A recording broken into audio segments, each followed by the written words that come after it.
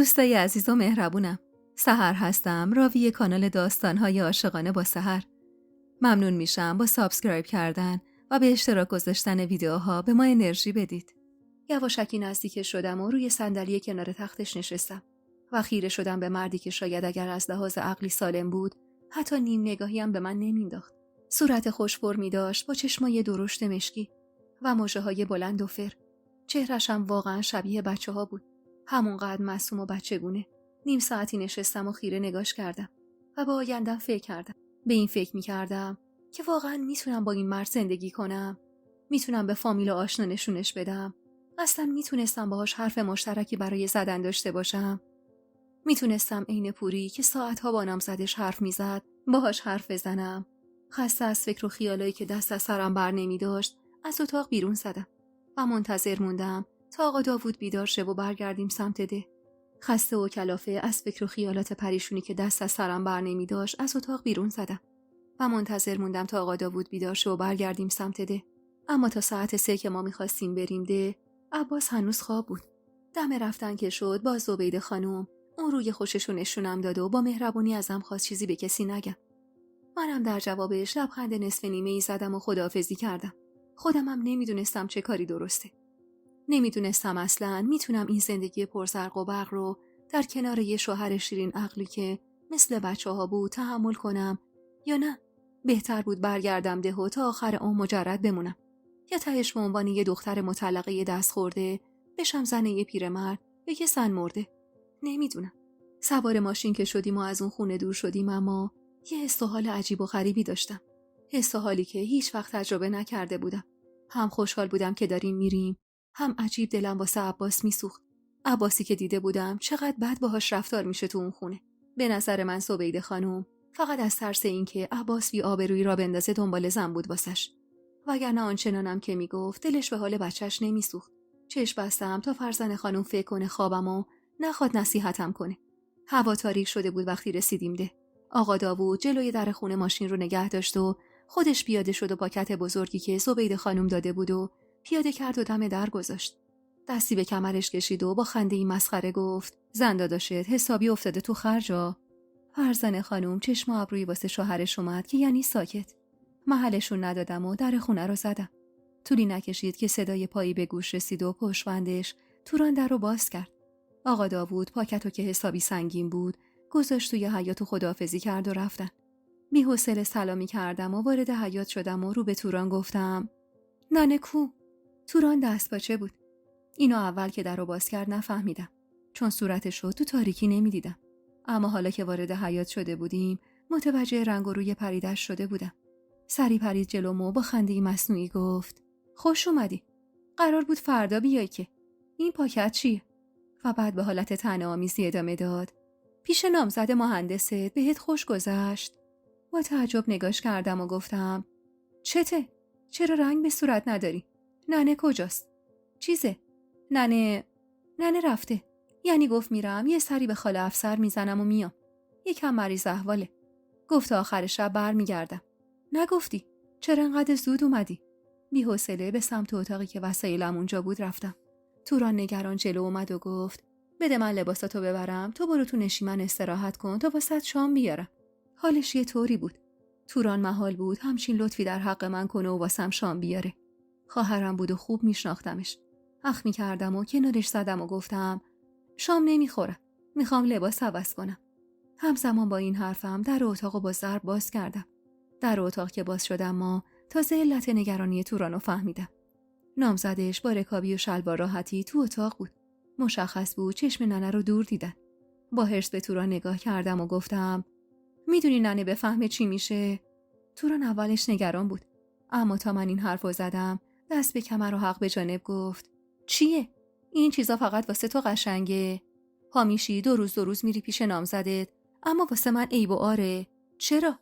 چون نامزد تو مهندسه و دستش به دهنش میرسه و تقاضای جهیزیه نداره. آره. سری به نشونه ی افسوس تکون دادم. آخ که اگه توران میفهمید نامزد اصلی من کیه، چی به روزگارم میومد. تا آخر عمر دستم مینداخت و مسخرم میکرد. مجید با دیدنم سری از سر جاش بلند شد. تون شلوار پیراهنش رو روی لباسای خونگیش پوشید و از اتاق زد بیرون. تورانم بدو پشت سرش میرفت و با غصه تون باهاش حرف میزد. الهی قربونت برم. ببخشی تو رو خدا. فکر نمی‌کردم یهو سر و کله پوری پیدا بشه. حالا میخوای بمون یه ساعتی. ننم که حالا نمیاد. پوری هم دهنش قرصه. بعدم برگشت و با حالت تهدید نگاهی بهم انداخت. با حرص نگاهمو ازشون گرفتم و بی حرف به سمت اون یکی اتاق رفتم. و درو محکم بستم. حرصم گرفته بود. اما خودمم نمیدونستم از چی. از اینکه پوری با نامزدش قرار عاشقانه داشته، یا اینکه صدای زمزمه‌های قربون صدقه رفتن مجیدو میشنیدم و میدونستم من هیچ وقت همچین چیز رو حس نمی‌کنم. شایدم حرصم سر این بود که پوری مهندس بودن نامزد قلابیمو به روم آورده بود. چند دقیقه‌ای که گذشت بالاخره انگار مجید رفت. توران با حرص وارد اتاق شد و گفت: واسه چی اینجوری کردی؟ شعور نداری تو؟ یه جوری رفتار کردی مجید دلخور شد. رو ترش کردم و گفتم: چی کار باید میکردم؟ جلوی مجید خانتون باید دولاراست میشدم. ننه بفهمه با هم بودید میدونید چی کار میکنه؟ بعدشم فکر نکنم همچین بهش برخورده بود. صدای قربون صدقه رفتنشو میشنیدم. توران حرصی از در طلبکاری وارد شد و گفت: چیه؟ چش نداری خوشی منو ببینی؟ بعدشم کجا با هم بودیم؟ مجید بدبخت همش چند دقیقه بود اومده بود. سرزده اومدی گند زدی به همه چی. پس دیگه حداقل پیش ننه چغلی نکن. نیم نگاهی به کبودی گردنش انداختم و با طعنه گفتم: اثرات همون چند دقیقه رو گردنت مونده توران خانم. نترس، من چیزی به ننه نمیگم. نبایدم بگی پوری خانم. چطور واسه تو رفتن خونه نامزدت، اونم 2 روز تو شهر مجازه. اون وقت واسه من با هم تنها بودنمون حتی واسه نیم ساعت هم ممنوعه. با حرص گفتم: دست از سر من بردار تورانو، برو هر غلطی میخوای بکن. اصلا به من ربطی نداره. توران پشت چشمی نازک کرد و گفت: 2 روز ور دل نامزد شهریت بودی هار شدی. آرت میاد با من حرف بزنی. الحق که ندید ودید و بیلیاقتی. در ضمن مجید بیچاره با این همه بی احترامی که بهش کردی زحمت کشید و اون پاکتو آورده گذاشته تو نشیمن. حالا چی توش هست که اینقدر سنگین بود؟ نمیدونم میگفتم و واسه این که توران دست از سرم برداره تو شکمو انداختم و پتو رو سرم کشیدم. چند دقیقه بعد توران از نشیمن صدام زد: پوری بیا ببین چیا تو این پاکته. اینو کی فرستاده؟ والا خوش به حالت. والا تا حالا مادر شوهر من یه هله پوکم کف دستم نذاشته. شانس داری به خدا. وگرنه من از تو خیلی خوشگل‌ترم. اصلا شایدم اگه من نامزد نکرده بودم منو پسند میکردم واسه پسرشون. این فروزان خیر ندیده یه نکبت از همون اولش هم از من خوشش نمیومد و خیرش به من نمیرسید. هی پوری، با تو هم دیگه. پاشو بیا. کلافه از جا بلند شدم و به سمت سالن رفتم و تو دلم همینطور به فروزان فحش میدادم. فروزانی که به گفته زبیده خانوم وقتی واسه بار دوم پیشنهاد منو برای عباس بهش داده بود، دیگه مثل بار اول نه نیورده بود و راضی شده بود دست به دستش بده تا واسه عباس منو بگیرن، چون اینطور میخواسته انتقام تموم کارایی که ننه تو این سالا باهاش کرده بود و سرش در بیاره، که البته سر من بدبخت در آورده بود. وارد نشیمن که شدم تورانو دیدم تا پاکت بزرگو باز کرده. چندین بسته گز و سوهان که من اصلا تا اون روز نخورده بودم و اولین بار بود میدیدم و اگه اسم روشون ننوشته بود اصلا نمیدونستم چی هن. یه کیسه بزرگ پسته خندون، بادوم کاغذی و یه عالم نبات و برگه قیسی و زعفرون و گردو و نخود کشمیش و چند قواره پارچه زردوزی که دور هر کدوم کاغذی پیچیده شده بود و روشون اسممونو نوشته بودن. 2 تاش مال من بود، 2 تاش ننه و 2 تاش هم توران. از تعجب دهنم باز مونده بود.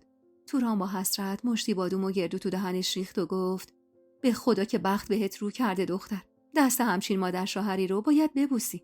تکیه دادم به دیوار و همونجا نشستم و خیره شدم به تورانی که یه پاکت برداشته بود و داشت سهم خودش و مجیدو از اون همه خوراکی سوا میکرد. با دیدن اون صحنه اشک نشست روی گونم. چی کار باید میکردم؟ راه درست چی بود؟ اگه به ننه نمیگفتم و بعدن میفهمید جنجال به پا میکرد. اگرم به ننه میگفتم شک نداشتم که قیامت به پا میشد. در هر 2 صورت ننه آروم نمیگرفت. اگه میخواستم واقعیت رو بهشون بگم باید قضیه دست خورده بودنم هم میگفتم. خدایا خودت یه راهی جلوی پای من بذار. توران که اصلا حواسش به من نبود پارچه و خوراکی ها رو برداشت و برد تو صندوق لباسش گذاشت و دوباره برگشت تو نشیمن. اما همین که نگاش به من خورد که اونطور ماتم زده نشستم با تعجب گفت: پوری خوبی؟ واسه چی ماتم گرفتی؟ با غصه گفتم: هیچی، طوری نیست. میدونستم اگه به توران بگم تا عمر دارم مسخرم میکنه. از بچگی همونطور بود. اونقدر حسود بود که یادم قبل از عقد کردنش یه خواستگار نصف نیمه واسه من اومده بود.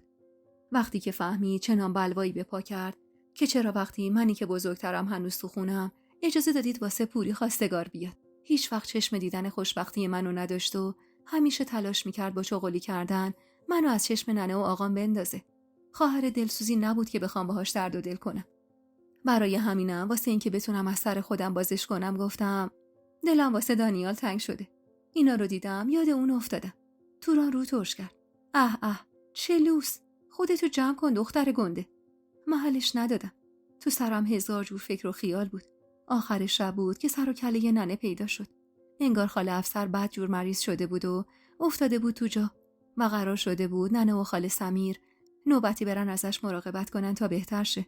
ننه با دیدن من چشماش گرد شد. تو کی اومدی؟ مگه قرار نبود فردا بیایید؟ توران چشم و ابروی نازو کرد و گفت حرف که نمیزنه ننه. از وقتی اومده زانوی غم بغل گرفته که دلم تنگ نامزدمه. ننه نگاهی به خوراکی ها انداخت و گفت اینا از کجا اومده؟ باز توران جای من جواب داد پوری با خودش آورده ننه. من سهم خودم و مجید و سوا کردم برداشتم. اون غذای پسته‌ای خیلی خوشمزه است ننه. به خدا پوری با کله افتاده تو ظرف عسل.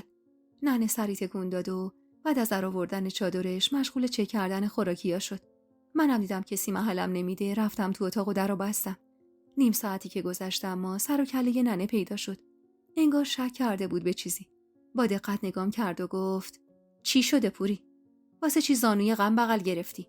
با غصه گفتم آقام پیش فروزانه. آره، محسن یکم مریض احواله. خودمم امروز یه سری به خونه اون زنی که زدم. هرچی نباشه عمه دامادمه. چی کار کنم؟ گوشتم زیر دندونشونه. دیگه نمیتونم از در دشمنی وارد شم. نمیدونم این بچه‌م چه شده که آب شده یه روزه. خدا شاهده من راضی نیستم خاری به پای پسرای آقات بره. هر آه و نفرینیم دارم واسه خود اون زنی که است، نه پسراش. تو این یه روز و نیمی که نبودی 2 بار بهش سر زدم. بچه انگار تو یه روز نصف شده. آقاتم دست و دلش لرزیده و چند باری هم بهیار بهداری اومده بالا سرش. یه ماش دارو هم بهش دادن اما هیچ به هیچ. دائم تب و لرز داره. ضعف و بیحالی و دل دردم داره. سرمایه بدیه. همش سوز میاد. یه برف و بارونی هم نمیاد که این درد و مریضی رو از بین ببره. سری تکون دادم و سمسمه کردم فردا منم میرم دیدنش. الان خستم میخوام بخوابم. ننشونمو گرفت و برم گردون سمت خودش. اگه تو چشماش نگاه میکردم میفهمید یه دردی دارم. واسه همین نگاهمو ازش دزدیدم که گفت پوری نگاه کن به من. چی شده که یه روز رفتی برگشتی اینطور کم حرف شدی؟ زبونتو جا گذاشتی؟ وایسا ببینم. با این پسر نامزدت کاری که نکردی پوری. هان نکنه بهت دست زده. واسه همین زانوی غم بغل گرفتی؟ من چی بهت گفتم قبل رفتن؟ نگفتم تنها باش تو اتاق نمون. نگفتم یه وقت تنهایی نری خونش. وای خدا، نکنه رفته بودی خونش. حرف بزن. واسه چی لال شدی دختر؟ صورتم خیس اشک بود و نمیدونستم جواب ننه رو چی بدم. اهل دروغ گفتن و داستان ساختنم نبودم که بتونم سر ننه رو شیره بمالم. اصلا نمیدونستم دروغ گفتن تو این شرایط درست هست یا نه. تو دوراهی بدی گیر کرده بودم. اونقدر فشار بهم وارد شده بود که یهو گریم شدت گرفت. ننه 2 دستی زد تو سر خودش و گفت خاک بر سر شدی آسیه. دختری در به در. مگه 100 بار بهت نگفتم؟ بدبخت، واسه شب عروسی میخوای چه غلطی بکنی؟ وقتی دم در اتاقت نشستن منتظر دستمال میخوای چی کار کنی؟ با همین یه بار رفتن وا دادی بدبخت. اینقدر هول بودی. وایسا ببینم. نکنه مادر شوهرتم فهمیده و واسه همین اینا رو فرستاده تا دهن ما رو ببنده. به هر حال خودش میدونه پسرش چه غلطی کرده. ننه واسه خودش هر لحظه یه چیزی میگفت و میبرید و میدوخت. نشستم رو زمین و با گریه گفتم من میخوام این نامزدی رو به هم بزنم ننه. اصلا نمیخوامش. با آقا بگو بیا تکلیف منو روشن کنه. ننه با حرص نیشگونی از بازون گرفت. مرض؟ مگه زندگی بچه بازیه؟ امروز عقد کنی فردا بگی نمیخوام. تو غلط کردی. میخوای آبروی ما رو ببری. قبل عقدت چقدر گفتم به دلم بد افتاده. گفتم بگو نمیخوای تا شاید اون وقت دوتایی میتونستیم آقاتو منصرف کنی. اما چی گفتی؟ گفتی میخوامش. کور شده بودی. زرق و برق و پول و ثروتشون و زندگی تو شهر کورت کرده بود. حالا بگو ببینم چی شده. پسر عیب و ایرادی داره، کاریت کرده، حرفی زده. خب الهی درد بی درمون بگیری. اون زبون واموندت رو تکون بده ببینم چه مرگته. سری تکون دادم و گفتم برو بگو آقا بیا تکلیف منو روشن کنه. تا آقام نیاد من کلمه‌ای حرف نمیزنم. ننه محکم کوبید تو سرم و با حرص گفت ور پریده. آقات بیاد اینجا چیکار کنه؟ دستمال ببنده کمرش، غیر بده واسه دختر کم عقلش که هنوز تقی به توقی نخورده. میگه نامزدمو نمیخوام. آدم لباس تنو یهو اینجوری میذاره کنار که تو میخوای شوهرتو بذاری کنار. ای خاک بر سرت. من که میدونم چی شده. خوشی زده زیر دلت. قدر عزت و احترامشونو نمیدونی. بی‌لیاقتی دیگه. عین آقات و عمهات. ننه همینطور هرس میخورد و هر لحظه یه چیزی میگفت. وقتی سکوتمو دید دوباره با عصبانیت گفت حرف میزنی یا تیکه تیکت کنم؟ اما من بازم سکوت کردم. میخواستم اول آقا بیاد تا بدونم اون از چیزی خبر داره یا نه. آخه چطور ممکن بود تو این سالها نفهمیده باشه آقا حجت یه پسر بزرگتر به نام عباس داره؟ اصلا چطور نمیدونست که اسم پسر بزرگ اونا عباس بوده نه اسم دانیال؟ آقام یا حقیقتو میدونست یا خیلی ساده بود که اینجوری رکب خورده بود. ننه که دید من حرفی نمیزنم تورانو صدا زد و بهش گفت بره دنبال آقا و بهش بگه آب دستشه بذاره زمین و بیاد خونه. گفت اگه آقات گفت نمیشه و کار دارم بگو آسیه افتاده تو رخت خواب و رو به موته. حرص و جوش ننه به آخرین حد خودش رسیده بود. حتی وقتی توران خواست سوالی کنه یه لنگ دمپایی نثارش کرد و تورانم سری رفت به آقام. وقتی که رفت ننه دوباره پاپی من شد. خیلی عصبانی بود اما سعی میکرد به خشمش غلبه کنه. نشست کنارم و با ملایمت گفت الهی درد و بلات بخوره تو سر بدخواهات. چی شده ننه؟ واسه چی میگی پسره رو نمیخوای؟ مگه زندگی بچه بازیه؟ تو دیگه بزرگ شدی مادر. 14 سالت شده. من هم سن تو بودم توران تو بغلم بود. چرا خون به جیگر من میکنی؟ آقات کم بود اون زنی که یه بوزینه که راه به راه به سر پس میندازه کم بود. تو هم شدی آینه یه دق من. ای خدا جون منو بگیر از دست این دختر و آقاش خلاصم کن. با حقیق دست ننه رو گرفتم و گفتم خدا نکنه ننه. میخوام یه چیزی بهت بگم اما نمیدونم بگم یا نگم. اگه بگم به کسی نمیگی؟ عصبانی نمیشی؟ ننه یهو دستشو از دستم کشید بیرون و سیلی محکمی به صورت خودش زد و گفت خدا مرگم بده. پس راستی بند و آب دادی مگه نه؟ تا پسر نزدیکت شد خودتو باختی. آره دخترونگی تو به همین راحتی ازت گرفت. ننه نشنیده قشقرقی به راه انداخته بود که با خودم گفتم نه. گفتنش به ننه اصلا درست نیست. ننه اهل جار و جنجال بود. شک نداشتم اگه میفهمید دستش به خون فروزان آلوده میشد که البته نصف حق فروزان بود. اما اینطور منم رسوا میشدم. کل خانواده‌مو رسوا میشد. سعی کردم به خودم مسلط باشم و گفتم بخوای اینجوری کنی ننه به خدا هیچی بهت نمیگم. اصلا بذار آقا که اومد همه چی رو میگم. ننه دوباره اصرار کرد که بگم. اما وقتی دید سکوت کردم و به این راحتی حاضر نیستم زبون باز کنم همونطور که نفرینم میکرد از جا بلند شد و به سمت حیاط رفت. 10 دقیقه گذشت تا صدای گرفته و خسته آقام به گوشم رسید. با شنیدن صداش ترس بدی به جونم افتاد. آسیه تو که از منم سالمتری. واسه چی این دختره رو فرستادی پی من که بگه ننم رو به موته؟ نمیدونی اون بچه مریضه؟ حتی الانی که محسن داره عین شمع آب میشه هم دست از این حسادت مسخرت بر نمیداری؟ تو کی قرار آدم بشی زن؟ ننه حق به جانبم و گفت بله فقط محسنه که بچته. این 2 دختر رو من از خونه آقام آوردم. یادم نبود آقا. ببخشید. اینا رو گفت و همین که آقام خواست تشری بزنه گفت خیلی خوب. به جای اینکه صداتو رو من بلند کنی بیا برو ببین این پوری ننه مرده چشه. از وقتی اومده یه ریز داره گریه میکنه. میگه نامزدمو نمیخوام. چشماش شده کاسه خون. توران با تعجب گفت پوری گفته؟ از بس خره.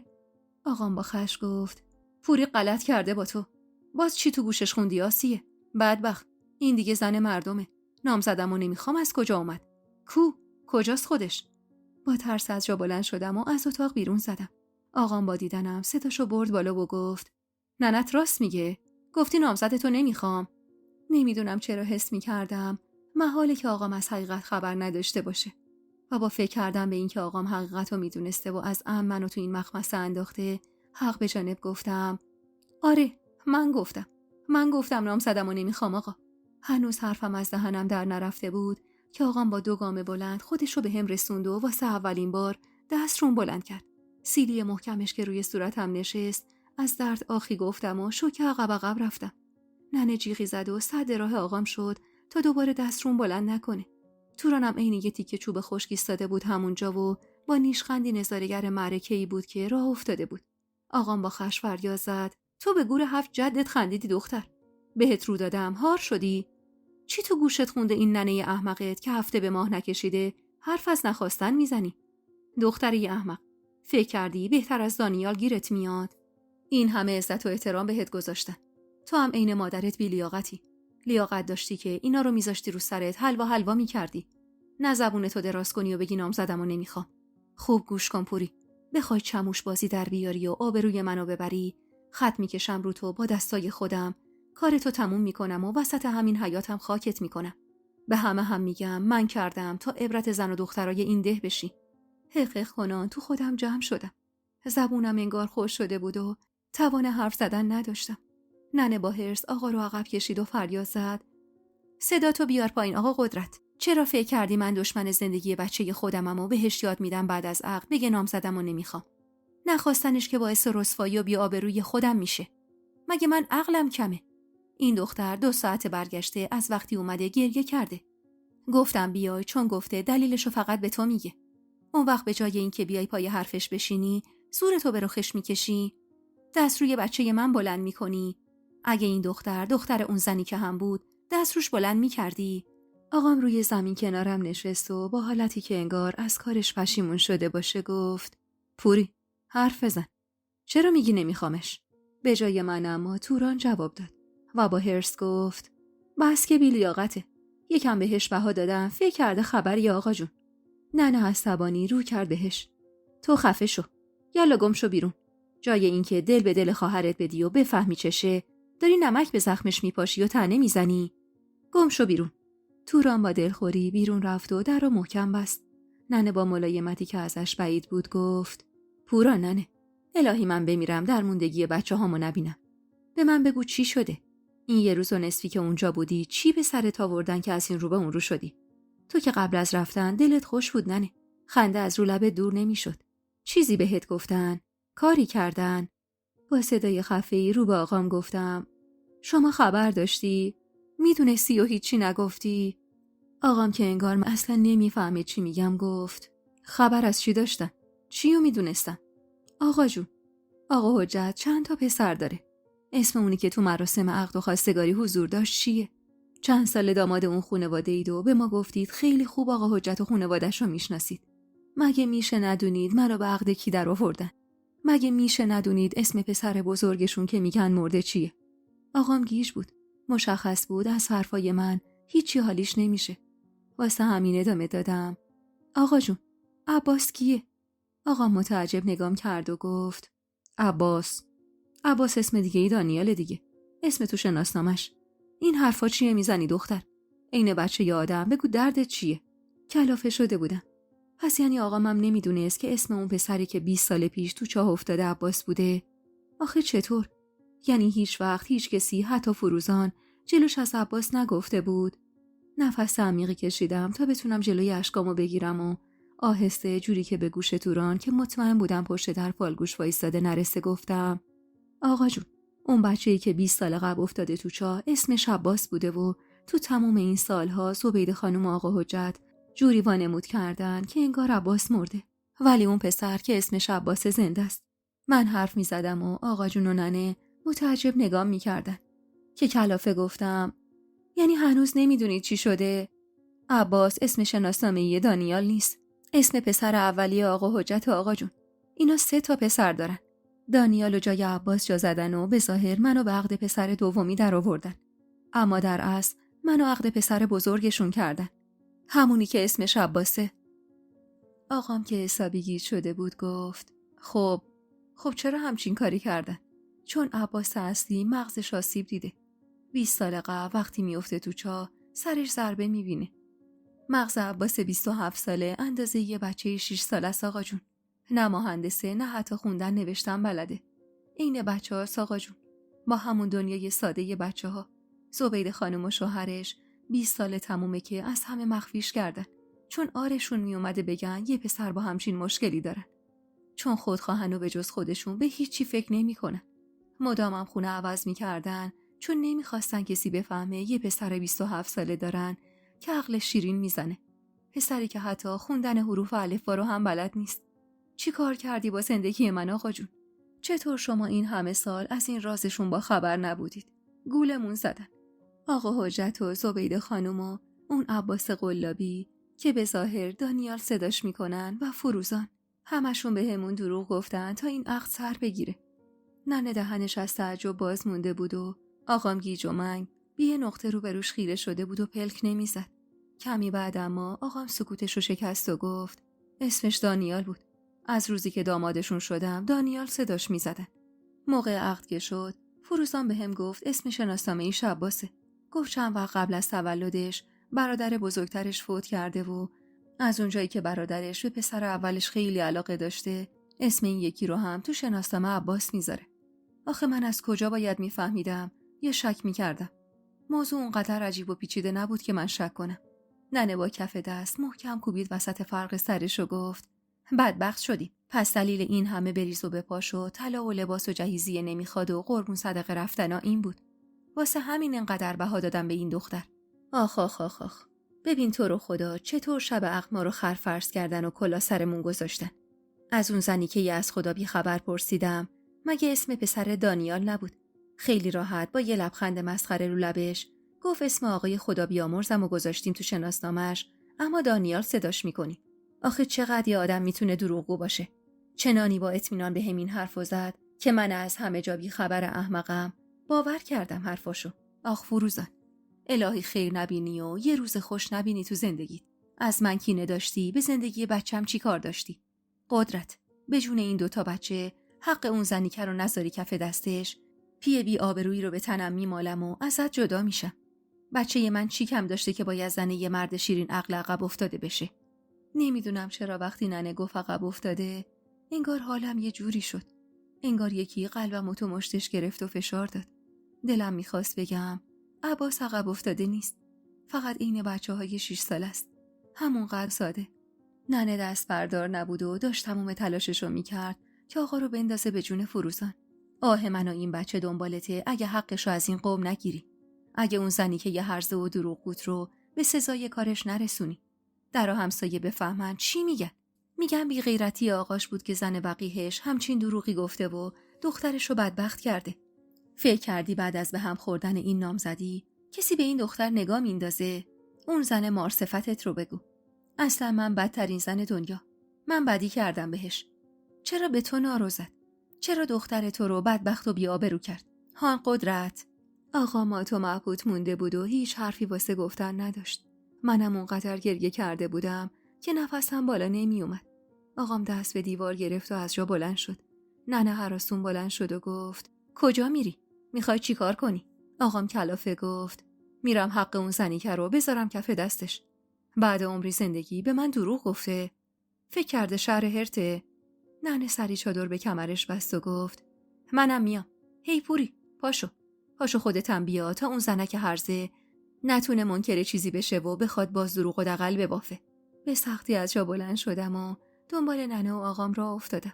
فقط خدا رو شکر می‌کردم که توران هنوز چیزی نفهمیده، چون تو حیاط نشسته بود و تا ما رو دید جلو دوید و گفت کجا میرید ننه؟ چرا اینقدر داد و بیداد می‌کردید؟ ننه با غیظ گفت تو دخالت نکن، بمون خونه، ما زود میایم. با حالی خراب و تنی که به زور دنبال خودم می‌کشیدم از خونه بیرون زدیم. ننه یه لحظه سکوت نمی‌کرد. مدام تو گوش آقا میخون تا جری ترش کنه. همشون باید حساب پس بدن آقا قدرت. از اون خواهر مارموزت بگیر تا اون فروزان دروغگو. روز اول نگفتم خیر سوری و فروزان به بچه‌های من نمیرسه؟ آخه اگه این پسر مهندس بود سوری میذاش از دست خودش در بره، دختر خودشو میداد بهش. واسه چی بیاد به دختر من خوبی کنه؟ به خدا همه اینا خبر داشتن قدرت. اینا از سر دشمنی با من دختر تو رو بدبخت و انگشت نما کردن، چون چشم دیدار منو ندارن. آقا من با این حرفای ننه لحظه به لحظه عصبانی تر می شد. صورتش قرمز شده بود و رگ گردنش باد کرده بود و مدام زیر لب برای فروزان خط و نشون می کشید. جلوی در خونه که رسیدیم آقا در رو باز کرد و از همون جلوی در فریاد زد فروزان، کدوم گوری هستی؟ بیا ببینم. طولی نکشید که فروزان وحشت زده با رنگ و روی پریده وارد حیاط شد. تا چشمش به صورت خیس از اشک من افتاد، انگار فهمید چی به سرش اومده. وحشت زده رو با آقام گفت: چی شده آقا قدرت؟ این چه حالو؟ آقا ممون نداد حرفش تموم بشه و به سمتش حمله ور شد. سیلی اولو که خورد ننه آتیش بیاره معرکه شد. بزنش آقا قدرت تا بفهمه زندگی بچت بازیچه یه دست این زنی که نیست. زنی که با من دشمن بودی، واسه چی زندگی بچه‌مو خراب کردی؟ شرم نکردی تو؟ نمک خوردی و نمکدون شکستی؟ اینا رو گفت و توفی انداخت جلو پاش. اما با همین حرفاش آقام لحظه به لحظه جری‌تر میشد و بیشتر کتکش میزد. راستش اما من از کتک خوردن فروزان اصلا خوشحال نبودم. از دیدن گریه و التماسش زیر دست آقام و ننه اصلا دلم خنک نمیشد، چون ذاتاً آدمی نبودم که این چیزا بخواد آرومم کنه.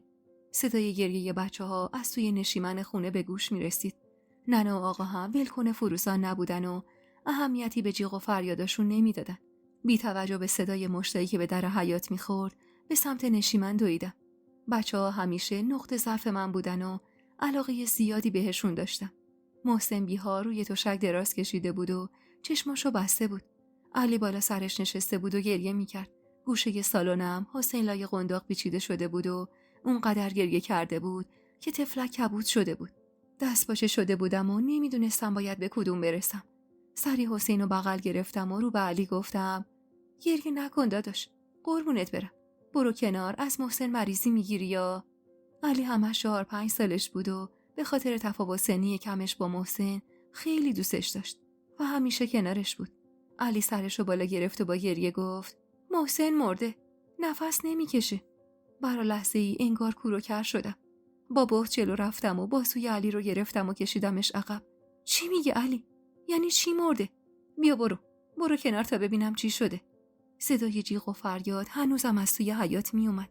از پنجره نگاهی به حیاط انداختم. حالا ننه هم همراه آقام افتاده بود به جون فروزان و تا جایی که میخورد کتکش میزدن. حس میکردم الانه که زیر دست و پاشون تلف شه.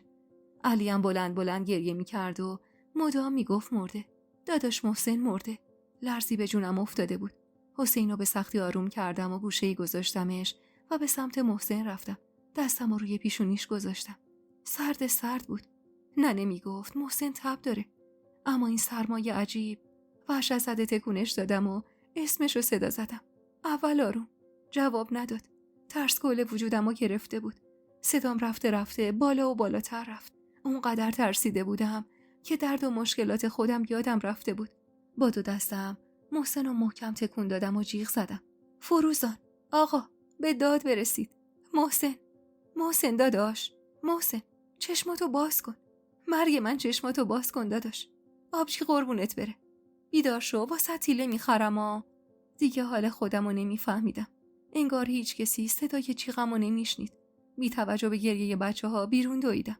بازوی ننه رو که افتاده بود روی فروزان و موهاشو میکشید گرفتم و با خشم کشیدمش عقب. چی کار میکنید ننه؟ صدای منو نمیشنوید؟ محسن حالش بده. آقام با شنیدن اسم محسن از زبون من دست از سر فروزان برداشت و عقب کشید. نفس میزدم. انگار ساعتها دویده باشم. با گریه گفتم: به داد برسید آقا. محسن نفس نمیکشه. حرف از دهنم در نرفته بود که فروزان با همون حال خرابش جیغی کشید و زودتر از همه به سمت سالن دوید. پشت سرشم آقا و ننه به سمت سالن رفتن. من اما دیگه جونی برای راه رفتن نداشتم. لب ایوون نشستم و زدم زیر گریه. من خیلی خوب میدونستم محسن مرده. تن و بدن کوچیک و ضعیفش حسابی سرد شده بود. صدای جیغ جگرسوز فروزان و حقیق مردونه آقامم همینو میگفت. آخ که جیگرم برای محسن کباب بود. یادم به وقتی به دنیا اومد ننه خوشش نمی اومد ما بهش نگاه کنیم یا بریم اتاق فروزان. واسه همین من گاهی وقتا که ننه حواسش نبود یواشکی از پشت پنجره خیره می شدم به نوزادی که با قیافه بامزه و چشمای درشتش خیلی زود تو دلم جا باز کرده بود. کنج نشیمن خونه فروزان نشسته بودم و سرم روی زانوم گذاشته بودم و گریه می کردم. فروزان با حالی خراب کنار جسم بیجون محسن دراز کشیده بود و مدام بوسه به دست و صورت پسرش می زد. آقام هم چشماش سرخ شده بود و تون تون پشت سر هم سیگار دود میکرد. همسایه هم اومده بودن و هر کسی به نوعی تلاش میکرد فروزان رو آروم کنه. اما چی میتونست داغ بچه رو آروم کنه؟ فروزان هم اونقدر کتک خورده بود که یه چشمش اصلا باز نمیشد. رنگ به صورت نداشت، اما حاضر نبود از کنار محسنش تکون بخوره.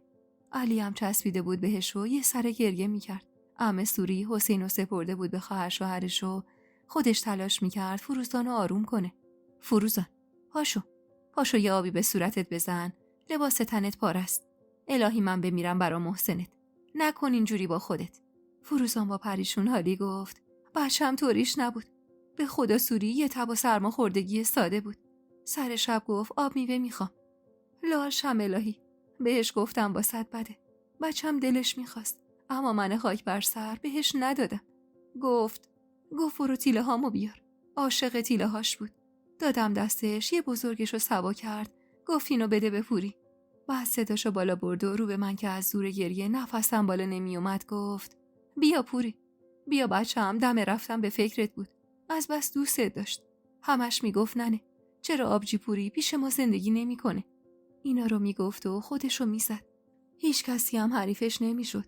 چه شرخوندم دنبال ننه. ساکت و آروم یه گوشه نشسته بود و گریه میکرد. طولی نکشید که شوهر عمه سوری همراه دکتر ده بالا اومدن خونه. دکتر مشغول معاینه محسن شد. همه میدونستیم محسن مرده، اما جوری به دهن دکتر خیره شده بودیم انگار منتظر معجزه بودیم. دکتر که آب پاکی رو روی دستمون ریخت، فروزان جیغی کشید و از حال رفت. زنا فروزان رو دوره کرده بودن و تلاش میکردن به هوشش بیارن. زنی که باور نمیکرد با یه سرماخوردگی ساده جسم بیجون بچهش بیفته وسط نشیمن خونش. 4 دست و پا به محسن نزدیک شدم. یادمه همیشه زیر بالشش تیله نگه می‌داشت. بوسه‌ای به صورت سردش زدم و تیله ها رو از زیر بالشش برداشتم و تو مشتم گرفتم.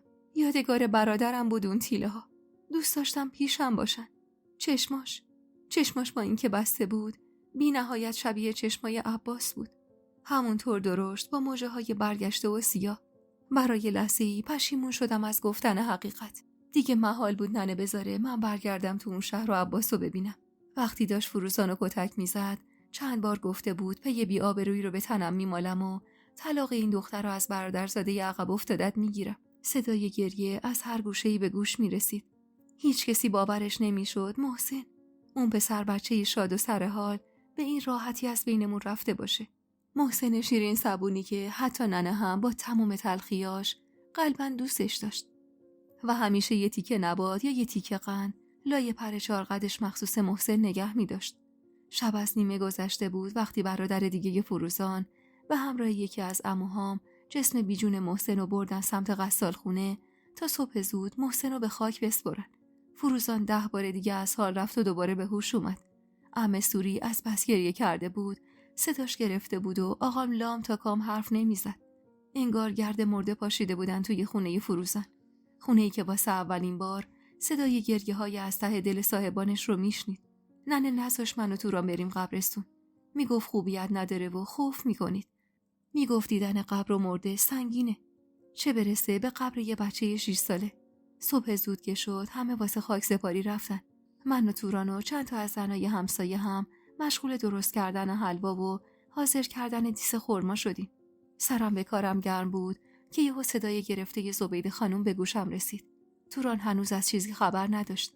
وقتی دید من نمیرم استقبالش، فشاری به بازوم آورد و با غیظ گفت واسه چی نمیری استقبال مادر شوهرت؟ نمیدونی این مردم منتظرن یه کلاغ چل کلاغ کنن و از چشم قوم شوهر بندازنت؟ واسه اینکه توران به چیزی شک نکنه کلافه و با اکراه از مطبخ زدم بیرون. زبیده خانم همراه سیما و مینا اومده بودن به خونه فروزان، چون مجلس زنونه اینجا بود. زبیده خانم محکم بغلم کرد و زد زیر گریه. منم گرگم گرفت. سراغ فروزان و بقیه رو گرفت. وقتی بهش گفتم همه رفتم واسه خاک سپاری، با عجله همراه سیما از خونه بیرون رفت. اما مینا میگفت من از قبرستون میترسم و پیش مامون. داشتیم حلوا تو سینی میریختیم که مینا به هم نزدیک شد و آهسته گفت پوری جون، از وقتی رفتی عباس خیلی بهونتو گرفته، هممونو آسی کرده. اگه میشد با خودمون میآوردیمش. تا حالا پیش نیومده عباس در عرض یه روز اینقدر به یه نفر وابسته بشه. وای که نمیدونی چقدر همه ما خوشحالیم که عباس اینطور بهت علاقه پیدا کرده. خیره نگاش کردم و هیچی نگفتم. مینا کمی نزدیکتر شد و گفت به خانوادت که نگفتی. مگه نه؟ برگشتم سمتش و خیره شدم تو چشماش و به سردی گفتم چرا اتفاقا؟ هم به ننم گفتم هم به آقام. عباس این وسط گناهی نداره، اما منم گناهی ندارم. نمیتونم یه عمر با یه بچه زندگی کنم. یه لحظه خودتو بذار جای من، فقط یه لحظه. مینا که نگاهش رنگ ترس گرفته بود وحشت زده گفت بهشون گفتی؟ شوخی میکنی دیگه. چرا همچین کاری کردی؟ ما که بهت قول دادیم نذاریم سختی بکشی. بی توجه بهش سینی رو برداشتم و رفتم تو سالن. چند زن دیگه اونجا بودن و مینا از ترس شنیده شدن صداش دیگه حرفی نزد، اما مدام با غصه نگاه میکرد. منم سعی میکردم کمتر باهاش چش تو چش بشم. مراسم خاکسپاری محسن که تموم شد و زنونه برگشتن خونه فروزان، از دور با دیدن زبیده خانم فهمیدم حقیقت رو فهمیده. به هر حال دیده بود فروزان بدجور کتک خورده و خوب میدونست آقام دست به زن نداره. زبیده خانم از شلوغی جمع استفاده کرد و تا ننه حواسش نبود اومد نزدیک من نشست و دلخور گفت به نظرت کارت درست بود؟ به من قول دادی چیزی نمیگی. یکم صبر میکردی من خودم همه چیو به مادرت میگفتم. این بود قول ما.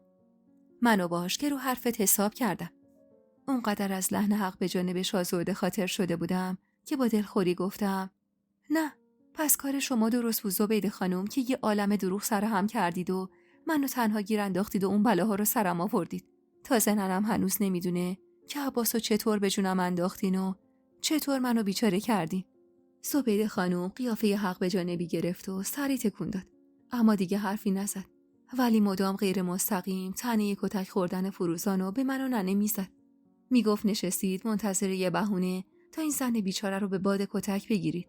فروزان که کاری نبوده، هر کاری بوده من کردم. ننه هم موقعیت نبود، وگرنه خوب بلد بود جواب زبیده خانومو بده. 3 روز ما خونه فروزان بودیم و مهمونای مردونه خونه ما مستقر بودن.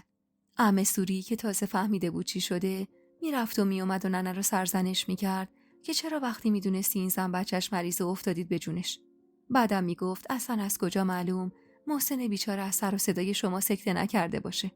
همه یه جورایی میخواستن فوت محسن رو به ننه ربط بدن، اما دکتر گفته بود تب بالا و عفونت شدید باعث فوت محسن شده. فروزان عین روح شده بود، رنگ به صورت نداشت و لحظه اشکش بند نمی اومد. شیرش خوش شده بود و دلش نمیخواست علی و حسین رو ببینه. علی خونه ی عمه سوری بود و حسین هم خونه خواهر شوهر عمه سوری. هر بار می آوردنش بلکه دل فروزان به رحم بیاد و بچه رو بغل کنه و شیرش بده، اما فایده نداشت و جیغ میکشید و میگفت شیرم خوش شده و نمیخوام بچه ها رو ببینم. یادم روز 3 فوت محسن بود و زنی بالای مجلس نشسته بود و قرآن میخوند که یه دفعه فروزان پریشون حال از جا بلند شد. عمه سوری و زبیده خانم و خواهر فروزان سری به سمتش رفتن. فروزان به سمت اتاق بچه ها رفت. صندوق لباسا رو باز کرد و تون تون لباسای محسن رو که عمه کنار گذاشته بود تا به مستحق ببخشه تو بغلش گرفت. چند تا اسباب بازی هم محسن داشت، همه رو برداشت. بعدم برگشت سمت من و با صدای خفه‌ای گفت تیله هاش کو؟ گوشه 4 قدم رو باز کردم و تیله ها رو گرفتم سمتش. اصلا حالت طبیعی نداشت. سری تیله ها رو ازم گرفت و با خشم رو کرد به عمه سوری که میخواست لباسا رو ازش بگیره و فریاد زد سوری اگه مانعم بشید یه بلایی سر خودم میارم. برید کنار. همه عقب رفتن. فروزان که به سمت حیاط رفت، منم همراه بقیه پشت سرش رفتم. فروزان لباسا و اسباب بازی‌ها رو وسط باغچه ریخت و پیت نفت رو برداشت و توی حرکت ناگهانی رو تمام وسایل محسن نفت ریخت. خواهرش جیغ کشید و خواست مانع بشه که فروزان داد زد نزدیک نیا، اگه نزدیک بیای رو خودمم میریزم. اینو گفت و مقداری روی خودشم ریخت. هر کسی به طریقی تلاش میکرد فروزانو منصرف کنه. محشر کبرا به پا شده بود. ناخودآگاه جلو رفتم. تیله های محسن تنها یادگاری بود که ازش به جا مونده بود. ننه جیغ کشید و اسممو صدا کرد. عقل تو از دست دادی پوری، کجا میری؟ خیره شدم تو چشمای غرقش که فروزان سمسمه کردم. تیله ها بذار تیله ها رو بردارم. تنها یادگار محسنه. خودش خواست بدی به من. میخوای به حرفش گوش ندی؟ با غم عمیقی نگام کرد و آهسته گفت بچه‌م بیگناه بود. احمد سوری با گریه گفت معلومه که بیگناه بود فروزان. منو ببین، تو 2 تا پسر دیگه هم داری. علی و حسین چشمشون به توه. حسین شیر هیچ کسی رو نمیخوره. محسن پسر تو بود، عزیز همه ما هم بود. ولی خدا نخواست بمونه. با خواست خدا که نمیشه جنگید.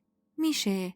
فروزان با غصه نگاهی به وسایل محسن انداخت. زبیده خانم کمی جلو اومد و گفت عمر این بچه تا همینجا بوده فروزان.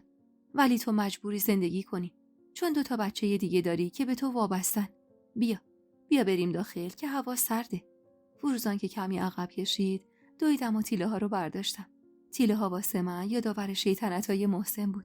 از وقتی به حرف افتاده بود، هر بار وعده‌ای بهم میداد و میگفت اگه این کارو برام بکنی، تیله هامو بهت میدم و هر دفعه هم زیر حرفش میزد. یه ریز بچه بود، اما خوب بلد بود چطور با دل من بازی کنه.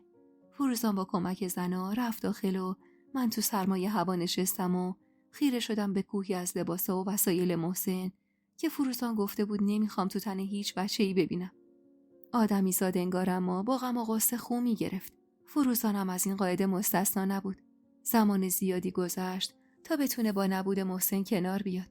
شاید مرگ محسن بود که باعث شد آقام از گناهش بگذره.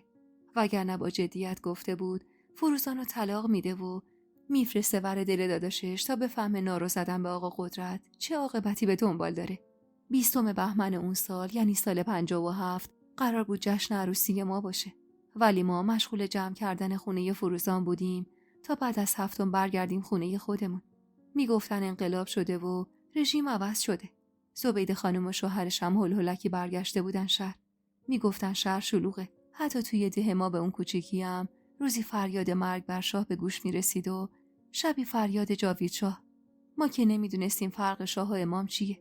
اما آقا میگفت شاه رفته و مملکت بی صاحب شده و معلوم نیست چی به سر این مردم بیاد. حتی یادمه همون موقع ها شبونه چند نفری ریختن خونه همسایه و جفت سراشو با کلی اعلامیه گرفتن و بردن. جو سنگینی حاکم بود. حتی تو دهی به کوچیکی ده ما. ننه سعی میکرد خوراکی و آذوقه انبار کنه و آقا میگفت یه مدت باید آسه بریم آسه بیاین. و این وسط داغ مرگ محسن و شرایط مملکت باعث شده بود خبری از زبیده خانم و شوهرش نشه. واسه همین بود که انگار ننه و آقا کم کم سرد شدن. ننه انتظار داشت زبیده خانم بیاد و یه دعوای حسابی باهاش را بندازه و به قولی طلاق منو از پسر شیرین عقلش بگیره. اما زبیده خانم انگار زیادی درگیر بود که هیچ خبری ازش نبود. منم سرمو گرم مدرسه کرده بودم. هرچند کلاسا تقلق بود و نظم همه چی به هم خورده بود. اما خب باز بهتر از تو خونه نشستم بود. یادم اولین باری که بعد از محسن رفتم مدرسه، بچه‌ها دورم کردن و بعد از تسلیت گفتن واسه عوض کردن حال هوام سراغ نامزدم و ازم گرفتن. فاطمه که هم نیمکتیم بود چشم و ابروی نازو کرد و با طعنه گفت حالا واقعا نامزدت مهندسه؟ کل اهل ده میگن خانواده‌ش هم خیلی پول دارن. راست میگن؟ براق شدم تو صورتش و گفتم معلومه که راست میگن. دانیال توی شرکت بزرگ کار میکنه. من خودم محل کارشو دیدم. بچه‌ها که بعضیاشون حسادت و بعضیاشون هم شوق تو چشماشون موج میزد گفتن یعنی تو رفتی شهر؟ تنها رفتی یا با ننه آقات؟ باهاش تنها هم شدی؟ با این حرفا و سوالاشون فهمیدم چه گندی زدم. توی ده این چیزا مرسوم نبود که دختر موقع عقدش بره یه شهر دیگه خونه نامزدش. حالا اگه توی ده بود مشکلی نداشت، اما یه شهر دیگه حقیقتا من که نشنیده بودم. این سفری هم که من رفته بودم همه زیر سر فروزان بود. یعنی اگه شوهر من فامیل نزدیک فروزان نبود آقام هرگز قبول نمی‌کرد من برم. به لکنت افتاده بودم جلوی بچه‌ها، اما سعی کردم ماجرا رو جمع کنم و گفتم آره دیگه رفته بودم. دانیا دلش تنگ شده بود واسم. خودش خبر فرستاد که برم. اگه بیاید خونه زندگی شهرشون رو ببینید دهنتون باز میمونه. خیلی از خونه دهشون که واسهتون تعریف کرده بودم بزرگتره. 2 طبقه است. طبقه بالا قرار کامل واسه ما بشه. تازه مادر شوهرم گفته سال محسن که تموم شه میخواد یه عروسی مفصل واسم بگیره و کل دهو دعوت کنه. من از شرایط رویایی و نامزد مهندس و عاشق بیشم که هفته یه بار به هر سختی بود به دیدنم میومد میگفتم و بچه‌ها حسرت میخوردن. دلم نمیخواست بهشون بگم نامزد من یه پسر 27 ساله با عقل یه بچه 6-7 سال است. برعکس دلم میخواست جوری وانمود کنم که همه حسرتمو بخورن. حتی از خوراکیایی که زبیده خانم فرستاده بود می‌بردم مدرسه و میگفتم اینا رو نامزدم واسم میاره. بهمن که سر اومد و نندید خبری از زبیده خانم نشده، یه روز نشست کنارم و گفت پوری، اینا دیگه پیداشون نشده، حواست هست، پای آبروی ما وسطه. دوست آشنا مدام سراغ میگیرن که میخواید واسه عروسی چیکار کنید. صبر میکنید تا سال محسن یا با یه مراسم جمع و جور و خودمونی دخترتون رو میفرستید شهر. من جواب مردم رو چی بدم؟ میگم نکنه پشیمون شده باشن دیگه نیان. بی خیال گفتم خب شما هم که همینو میخواستی دیگه ننه. مگه نگفتی طلاق منو میگیری؟ حالا که خودشون نیومدن چه بهتر. ننه آهی کشید و گفت میدونم ننه، میدونم. همش میگم طلاق تو بگیرم راحتت کنم. اما گاهی هم به این فکر میکنم که اگه طلاق بگیری تهش چی میشه؟ مردم عقلشون به چشمشونه. نمیگم پسر عیب و ایراد داشت. این زنی که من دیدم اصلا رو نمیکنه که همچین بچه‌ای داره. دست ما هم به جایی بند نیست. تهش اونی که آبروش میره ماییم. اون وقت باید بشینی تو این خونه تا یه زن مرده یا یه پیرمرد زوار در رفته بیاد بگیرتت. تازه شانس آوردی که دختری، وگرنه واویلا. اما خب با وجود تموم این چیزا من پی طلاقو به خودم مالیدم. نمیذارم بری زیر دست اون زنی که وزش کش بشی. لب گزیدم و سرمو پایین انداختم. توران که تازه وارد اتاق شده بود با کنجکاوی گفت واسه چی طلاق بگیره ننه؟ نامزد به این خوبی. قوم شوهر میذارنش رو سرشون حل باش میکنه. چرا به من چیزی نمیگید؟ واسه چی فروزانه به حد مرگ زدید و حالا هم از طلاق پوری میگید؟ نمیخواستم توران چیزی بفهمه. اما ننه خیلی خونسرد گفت چون قوم شوهرش گولمون زدن. یکی دیگر رو آوردن سر سفره عقد، منتها به عقد یکی دیگه در آوردن این خاک بر سرو. توران متعجب گفت یعنی چی؟ مگه میشه؟ چرا همچین کاری کردن؟ ننه با صدای مغموم گفت چون پسرشون عقب افتاده است. شیرین عقله. اون فروسان گور به گور شده هم خوب خبر داشته و اینا رو تو کاسه ما گذاشته. توران با حیرت نگاهی به من انداخت و یه دفعه زد زیر خنده. اشک نشست تو چشمم. ننه از سر هرس در قندون رو پرت کرد سمتش و گفت خدا ازت نگذره. میخندی؟ بدبخت. به جای اینکه غمخوار خواهرت باشی به درد و غصه‌اش میخندی. توران بین خنده بریده گفت نامزدم مهندسه. از نامزد تو سرتره. وای خدا، یعنی عقدش کردم واسه یه پسر عقب افتاده. ننه خودشو جلو کشید و نیشگون سفتی از رون توران گرفت. در به در شده. تو خواهری مثلا. حالا اون شوهر تحفه تو عقلش سر جاشه، چه گلی به سرمون زده جز مفخوری؟ خجالت نمیکشی جای دلداری دادن مسخره میکنی؟ خوب ازش بزرگتری. حداقل راه و رسم بزرگتری رو بلد باش. اگه راه و رسم خواهری رو بلد نیستی. توران به سختی جلوی خندش رو گرفت. ننه هم که انگار دلش واسه من سوخته بود رو به توران گفت بایدم بخندی. بدبخت، تو باید به وضع خودت گریه کنی. هر که همراه تو عقد کرده الان بچهش بغلشه، اما تو هنوز ور دل ما تمرگیدی. اون وقت به حال روز خواهرت میخندی، باز خوب حال روز اون خنده داره. حال روز تو که گریه داره. میفهمی چی میگم؟ ننه حسابی توران رو تحقیر کرد تا هم دل خودش خنک شه هم خندگی توران جمع شه. توران اما دلخور گفت ننه، از یکی دیگه دلت پره سر من خالی میکنی؟ اتفاقا از تو یه ورپریده دلم پره که به جای اینکه غمخوار خواهرت باشی داری مسخرش میکنی. شما باید پشت و پناه هم باشید، نه اینکه چشم دیدن همو نداشته باشید. بعدم تشری بهش زد و از سالن بیرونش کرد. توران که بیرون رفت ننه کمی به هم نزدیک شد و گفت پوری، این پسره همین عباس اصلی، باهاش تنها هم بودی؟ رفتارش چطور بود؟ راستی عین دیوونه هاست یا نه؟ دست و پاهاش سالم بود؟ حرف چی؟ حرف میزد؟ زمزمه کردم. دور از جونش عین محسن بود. فکر کن که مرد 27 ساله با عقل 6-7 ساله، هم حرف میزنه، هم دست و پا داره، هم چهرهش عادیه. فقط یه وقتایی توی حالتایی چهرهش یه حالی میشه، یه حالی که میفهمی شیرین میزنه، تو دنیای خودش سیر میکنه، آزاری هم به کسی نمیرسونه. ننه با غصه گفت آخه این چه بختی بود که نصیبت شد دختر. الهی اون فروزان گور به گور بشه. ببین آخه چه نونی تو کاسه ما گذاشت. الهی خدا ازش نگذره. فکر کردی واسه چی همچین داغی نصیبش شده؟ از بس دلش سیاهه، به خاطر بلایی که سر تو آورده. میگم پوری، این پسره ننش نگفت مردونگی داره یا نه؟ رو گرفتم ازش و شونه‌ای بالا انداختم که ننه کلافه گفت کاش خبر مرگشون لااقل بیان تکلیف ما رو روشن کنن. سال داره تموم میشه، ما هنوز تکلیفمون مشخص نیست. با دلخوری گفتم چه تکلیفی ننه؟ مگه نگفتی طلاق؟ خب الانم خبر بفرست بیان خطبه طلاقو جاری کنن. منم خلاص شم از این فکر و خیال.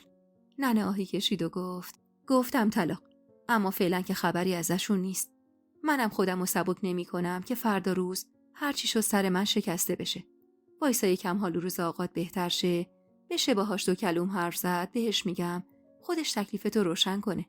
سری تکون دادم و کتابمو باز کردم. اما فکر و خیالم جای دیگه بود. نمیدونستم تکلیفم قراره چطور بشه. حتی تکلیفم با خودمم مشخص نبود. یه وقتایی میگفتم باید هر جور شده طلاق بگیرم و بیام بشینم همینجا. اگه موهام عین دندونام سفید بشه دیگه شوهر نمیکنم. اما گاهیم با خودم میگفتم نه، این که نشد زندگی. میرم اونجا و واسه خودم خانومی میکنم. گاهیم مثل الان دلم میخواست ننه دلداریم بده و بگه حالا این پسر زیادم بد نیست. اصلا بیاد از خوبیای خانوادش بگه دلمو یه دله کنم و برگردم شهر. اما ننه هرچند میدونست که طلاق عواقب زیادی داره ولی بازم مخالف این وسط بود و سر تصمیمش وایساده بود. چند وقتی بعد از اون ماجرا بود و اسفند داشت با آخرین روزای خودش میرسید. وقتی توی یه روز سرد و برفی در خونمونو زدن. مدرسه به خاطر شدت بارش برف تعطیل شده بود و من از سرما چسبیده بودم به بخاری نفتی و داشتم چرت میزدم که با صدای ضربه هایی که به در میخورد ننه که داشت برنج پاک میکرد تشری به من زد. نمیشنوی در میزنن؟ برو درو باز کن ببین کیه. بی‌حوصله از جا بلند شدم و همونطور که سر توران غر میزدم به سمت حیاط رفتم. همیشه از زمستون و برف و سرما بیزار بودم. ننه میگفت اونقدر لاغری که سرما تا مغز و استخونت نفوذ میکنه. در حیاطی که باز کردم چش تو چش شدم با چشمای قرمز زبیده خانم. به سختی سلامی کردم و اونم سری تکون داد و گفت مادرت خونه است. آقا چی؟ لب گزیدم و گفتم آقام پیش فروزانه، فقط ننم خونه است. برگشت و رو به آقا حجت که پشت فرمون نشسته بود گفت برو آقا قدرت و از خونه فروزان بردار بیار. امروز تکلیف این دوتا باید مشخص بشه. با این حرفش لرز به جونم افتاد. حال روزمو که دید اشاره کرد به هم و گفت برو به ننت بگو من اومدم. سری تکون دادم و دویدم داخل. ننه که چهره هراسون منو دید ترسیده گفت چی شده؟ زبیده خانم دم در ننه، یعنی تو حیاته. پس بالاخره اومدن. بعدم رو به توران کرد و گفت این سینی برنجو بردار بذار تو اتاق. یه دستی هم به این بالشا بکش تا من برم و برگردم. توران غرغر کنان گفت 1000 جور دروغ بهتون گفتن، حالا میخواید برید استقبالشون؟ ننه تورانو بی جواب گذاشت و به سمت حیاط رفت. من که اونقدر اضطراب داشتم که اصلا نمیتونستم از سر جام تکون بخورم. طولی نکشید که ننه و زبیده وارد سالن شدن. زبیده خانم با ناراحتی گوشه سالن نشست و رو به ننه گفتم آقا حجت بره آقا قدرتو بیاره تا همین امروز تکلیف بچه‌ها مشخص بشه. ننه یهو رو ترش کرد. تکلیف دختر من که مشخصه. یکی رو بیارید خطبه طلاقو جاری کنه. هرچند من سوال کردم از پیشنماز ده، میگه اصلا این عقد باطله. عقدی که با دوز و کلک خونده شده باشه اصلا درست نیست. منتها باز واسه خاطر جمعی یه صیغه طلاق جاری بشه بد نیست. نخانی اومده نخانی رفته. هرچند کار شما درست نبوده. ما هم خانواده آبروداری هستیم. وگرنه هر کسی جای ما بود کاری میکرد نتونید سرتونو بالا بگیرید. والا من نمیفهمم واجب بوده واسه پسر عقب افتادتون زن بگیرید. همینجور ازم میمون نمیشد. زبیده خانم کمی دست کرد و انگار از اون مواضع اولیش کوتاه اومده باشه با لحنی ملایم تر از قبل گفت عباس من بچه بدی نیست. مهربونه، با محبته. عین گل از دخترت مراقبت میکنه. نه دست روش بلند میکنه نه تندی میکنه. عین یه بچه دلش پاکه. از لحاظ مالی هم ما نمیذاریم آب تو دل دخترت تکون بخوره. اگه خواست طبقه بالای خونه رو واسش خالی میکنیم. نخواستم یه خونه سوا واسش میگیریم. هر جور که خود پوری بخواد. میتونه بره مدرسه. هر جور دلش میخواد زندگی کنه. خودش میشه همه کاره زندگیش. لازم نیست بابت هر کاری هم به کسی جواب پس بده. میشه عین دختر خودم. به خدا فرقی بینشون نمیذارم. ننه با طعنه گفت دختر خودتم بود، راضی میشدی بدیش به یه عقب افتاده؟ زبیده خانم یهو با حرص گفت اینقدر نگو عقب افتاده آسیه خانم. بچه من سالم بوده. از اول که اینجوری نبوده.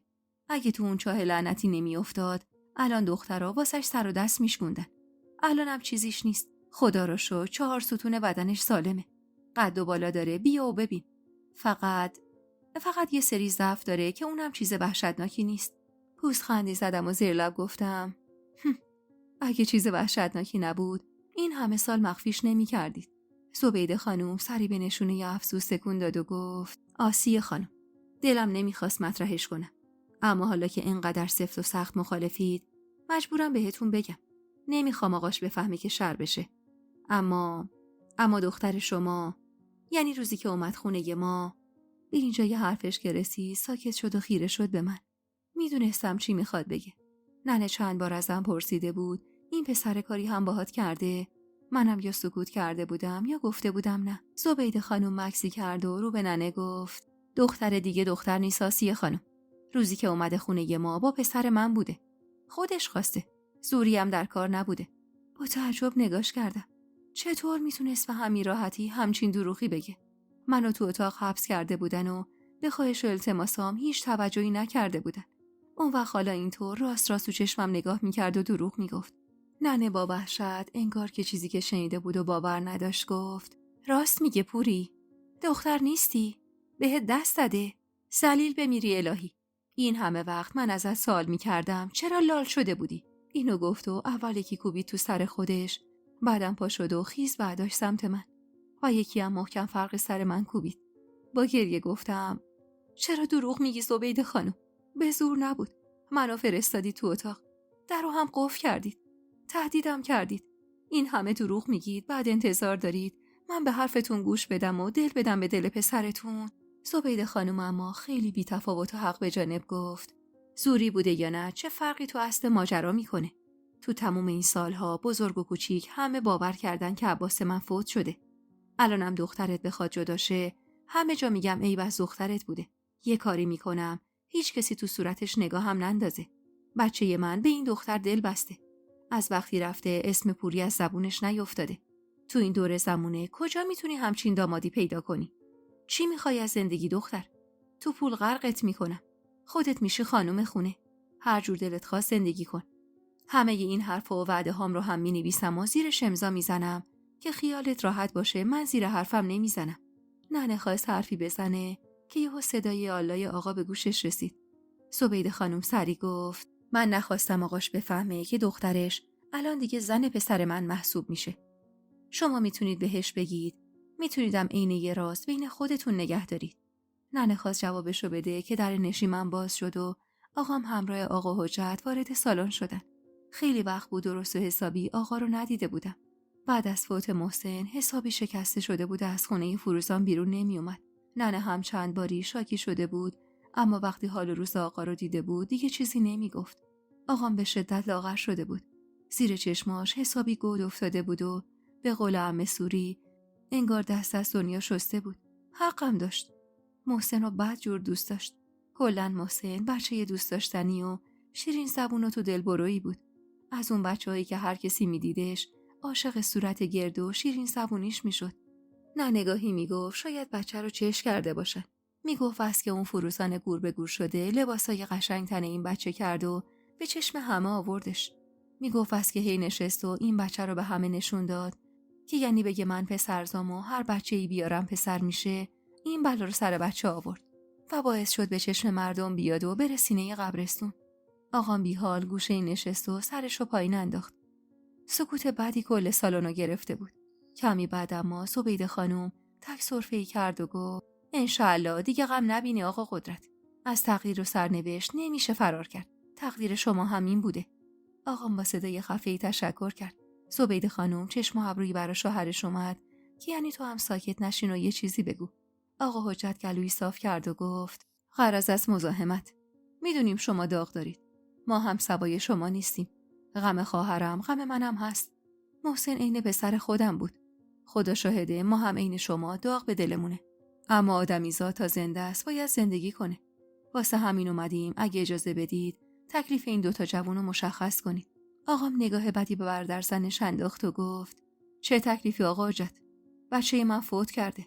اصلا چون بچه‌م مرده نتونستم پاپی زندگی این دخترم بشم. وگرنه زودتر از اینا باید کارای سره می‌کردیم.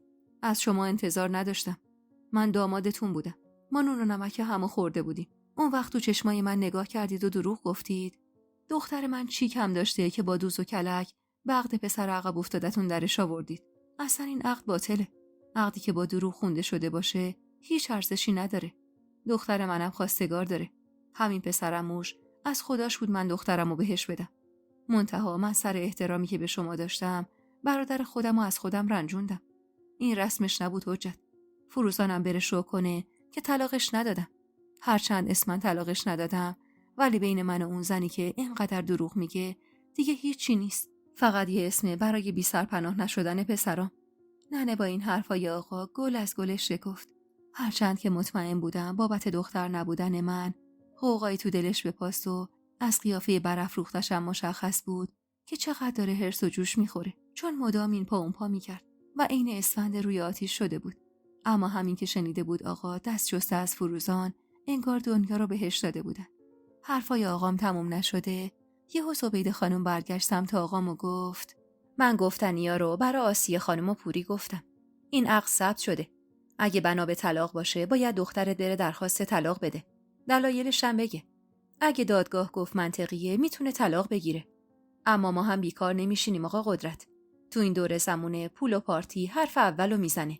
مملکت همینجوری صاحب نداره. همه چی رو حواست. هیچ ارگانی کارشو درست انجام نمیده. تا شما بیای ثابت کنی عباس من مشکل داره و این عقد باطله، اونقدر باید با دخترت پله‌های دادگاه رو بالا پایین کنی که خسته شی. شک نکنید حداقل 2-3 سال گرفتار این رفت و آمد بی نتیجه میشید. تهش هم دخترت میشه یه دختر مطلقه که سنش هم رفته بالا و دیگه کسی هم خواهانش نیست. تازه اگه بتونید ثابت کنید. آقام با چهره برافروخته و عصبانی گفت چشمم روشن. تهدید میکنی زبیده خانوم؟ هرچی ما هیچی نمیگیم شما انگار دور برداشتی. فکر کردی هر کاری دلت بخواد میتونی بکنی؟ زبیده خانم خیلی بی تفاوت شونه‌ای بالا انداخت و خونسرد گفت تهدید نمیکنم آقا قدرت. دارم راهی که پیش روتون هست رو بهتون نشون میدم. آقا حجت شاید با شما تعارف داشته باشه، اما من عادت دارم روک حرفمو بزنم. تو این مسیر ما هیچ جوره با شما سازش نمی‌کنیم. اگه شما رفتی و پرسیدی و فهمیدی این عقد باطله، منم بیکار نشستم. رفتم و از وکیل سوال کردم. طلاق دادن تو این فقره به این راحتی که فکر می‌کنیدم نیست. منم تو این مورد کوتاه نمیام. هر کاری لازم باشه انجام میدم تا این پروسه طولانی‌تر بشه. ننه که معلوم بود از شدت عصبانیت در حال انفجاره، نه، مثل اینکه تقصیر از ماست که خواستیم سازش کنیم و دوستانه همه چی رو حل کنیم. الحق که خلایق هرچه لایق. با آدمی که با دوز و کلک جلو اومده باید عین خودش رفتار کرد. بعدم از جا بلند شد و رو به زبیده خانم ادامه داد. برو هر کاری میخوای بکنی بکن. آسمونم به زمین بیاد من نمیذارم دخترم لله بچه علیل تو بشه. مگه شهر هرته؟ مگه دخترمو از سر راه جستم؟ زبیده خانم که حسابی از کلمه علیل بعدش اومده بود با هرس گفت در مورد بچه من درست حرف بزن. بچه من علیل نیست. پاش بیفته 100 تا یه داماد اولته. تو هم بدو دنبال طلاق گرفتم ببینم تهش اونی که میفته به منت کشی ماییم یا شما. اینو گفت و با عصبانیت رو به شوهرش گفت بریم آقا حجت. تصمیم نهایی با خودشون. آقا حجت با غصه نگام کرد و گفت دخترم من ضمانت میکنم.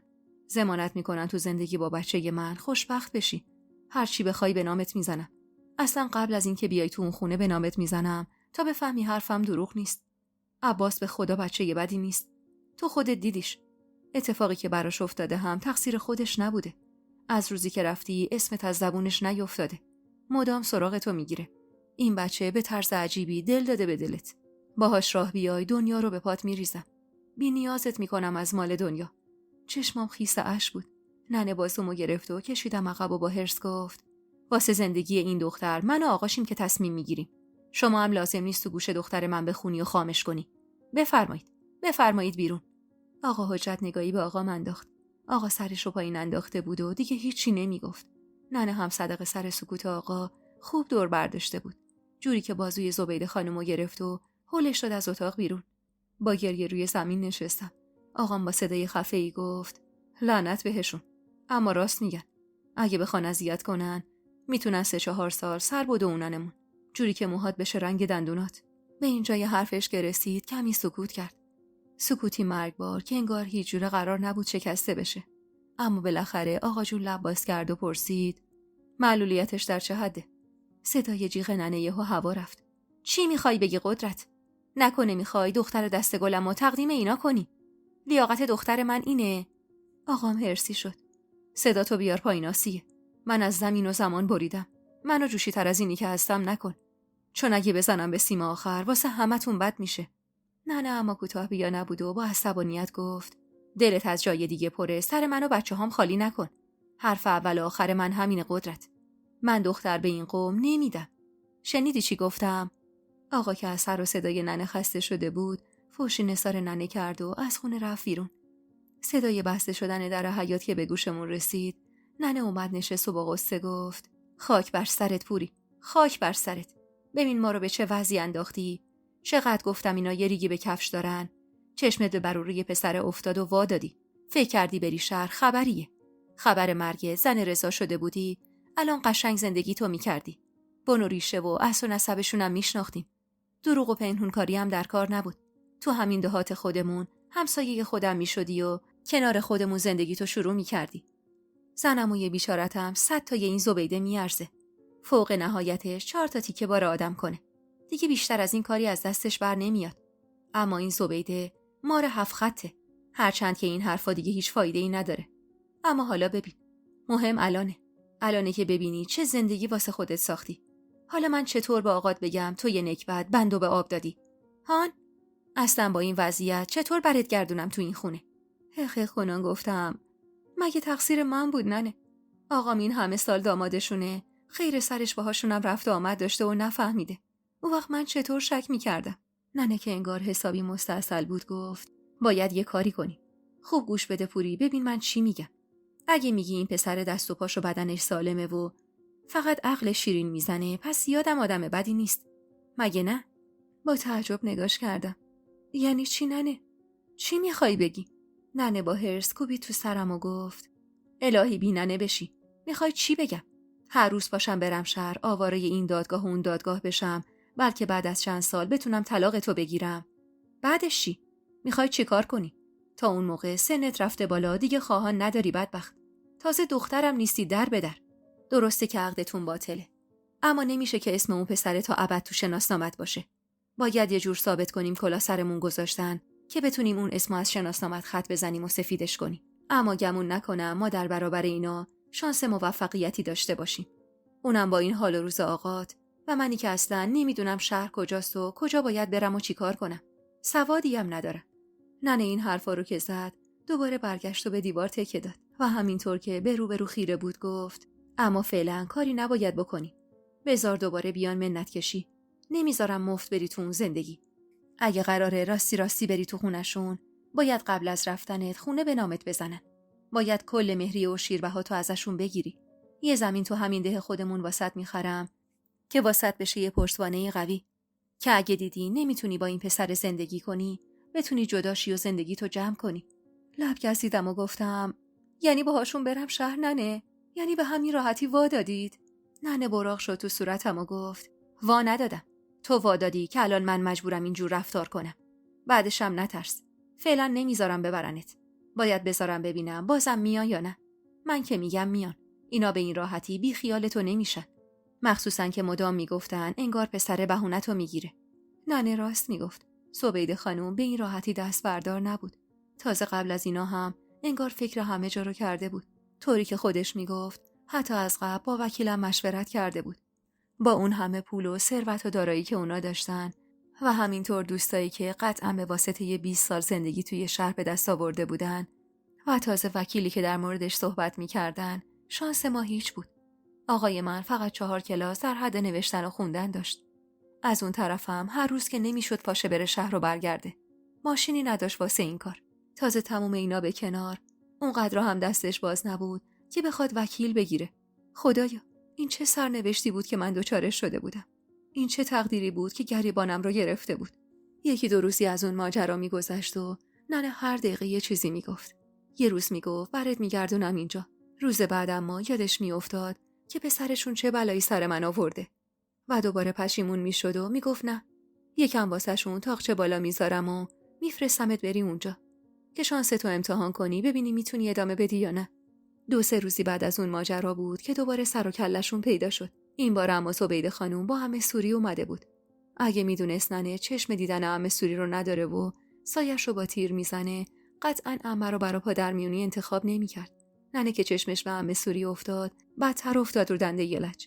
هرچی عمه گفت، ننه حرف خودش رو زد. عمه اول از در نصیحت وارد شد. بعد سعی کرد منو خام کنه و در نهایت عین زبیده خانم گفت: آسیه، عقل تو کار بنداز. فکر کردی از این پسر طلاق بگیره؟ پسر شاه و وزیر میاد خواستگاری دختر مطلقه‌ای که حتی دخترم نیست. حتی دیگه رضا همینو نمیخواد. تهش باید بشه زن یه پیرمرد یا یه زن مرده و بره لله بچه‌هاش بشه. ننه با حرص نگاهی به زبیده خانم انداخت. دست درد نکنه زبیده. رفتی راز بچه منو به دشمن من گفتی؟ عمه پشتش مینازو کرد و گفت: من شاید دشمن تو باشم آسیه، اما دشمن بچه برادر خودم نیستم. خودت هم میدونی من از روز اول خبر نداشتم. وقتی داداشم خبر نداشته، من خاک بر سر از کجا خبر داشتم؟ اما حالا که فهمیدمم، قصد ندارم از این راز حرفی به کسی بزنم. بیا و از خر شیطون پیاده شو آسیه. اون اتفاقی که نباید افتاده که افتاده. پس بذار چند ماه این 2 نفر با هم زندگی کنن. بعدش هرچی خود پوری خواست. خوبه؟ ننه نیم نگاهی به من انداخت. میدونستم میترسه با مخالفت زیادش زبیده خانم کلاً بی خیال این ماجرا بشه و منو همینجا ول کنه و بره و من بمونم و شناسنامه‌ای که سیاهه و اسم شوهر توشه و دخترونگی که به باد رفته.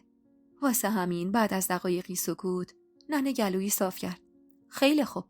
2 ماه. فقط 2 ماه اجازه میدم پوری باهاتون بیاد. اونم نه همینطور مفت و مجانی. دخترمو بیچاره کردید، سیاه بختش کردید.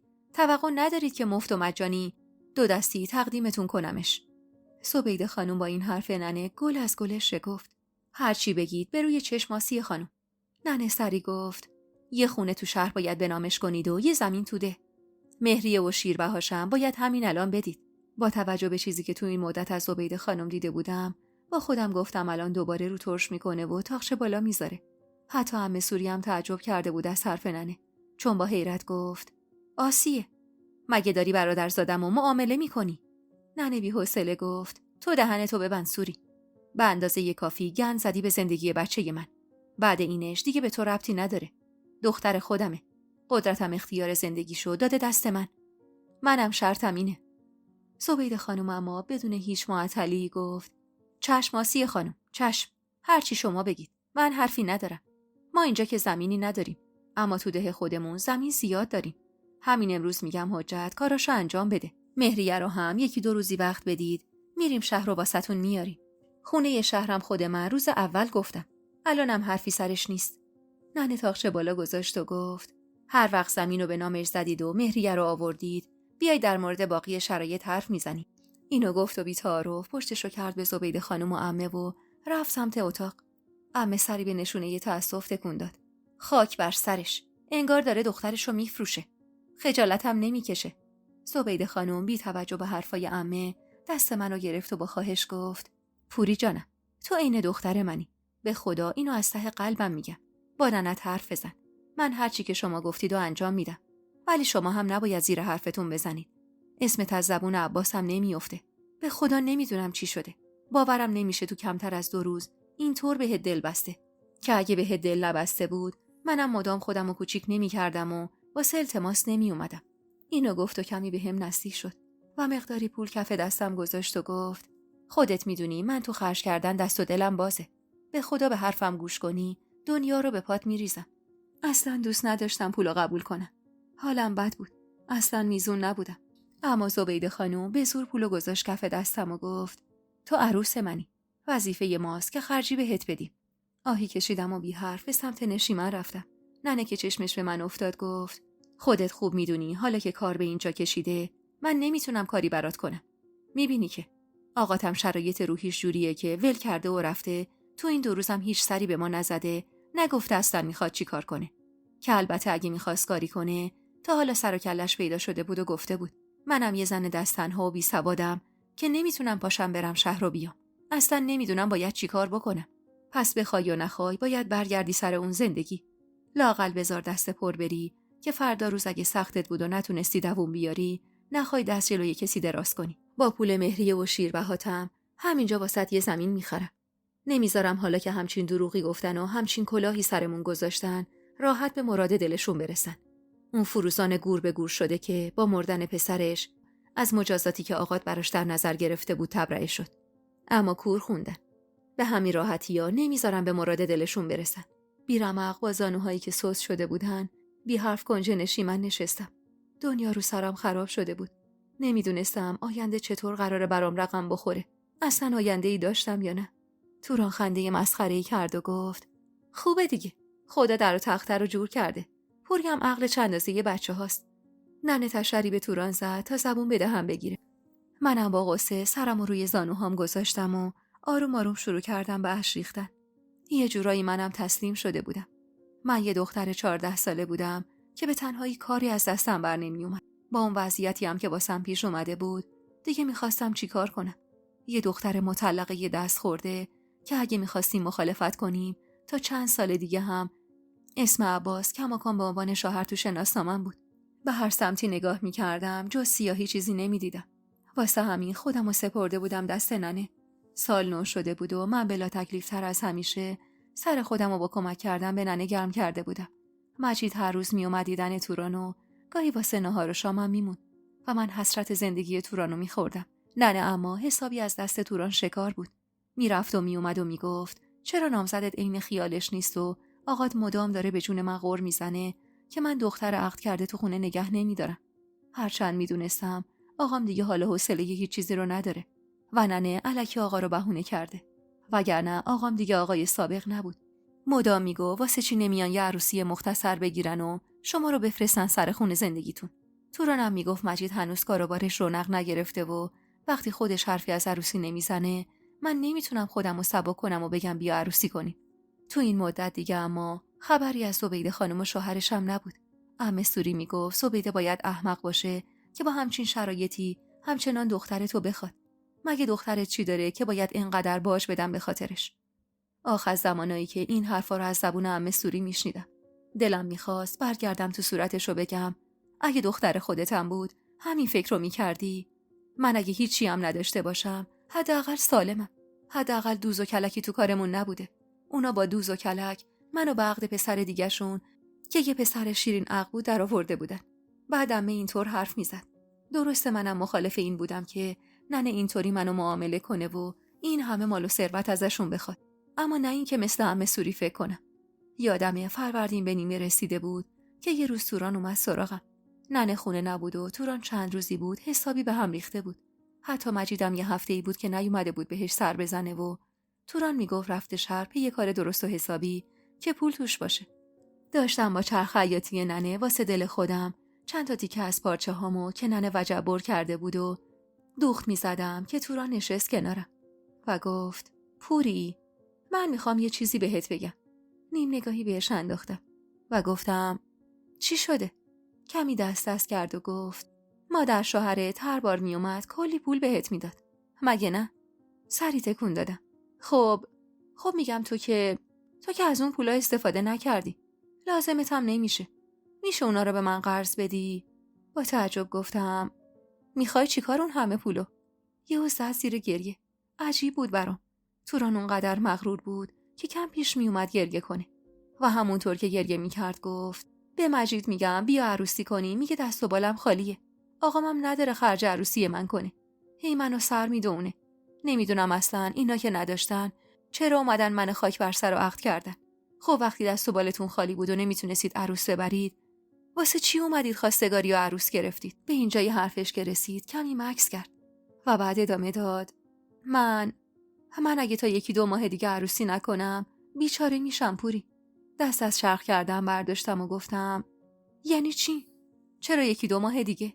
مگه قراره تو این 1-2 ماه چه اتفاقی بیفته؟ نگاه خیس از اشکشو از هم گرفت و با صدای خفه‌ای گفت تو به این کار نداشته باش. میتونی اون پولا رو بدی به من یا نه؟ توران راست میگفت.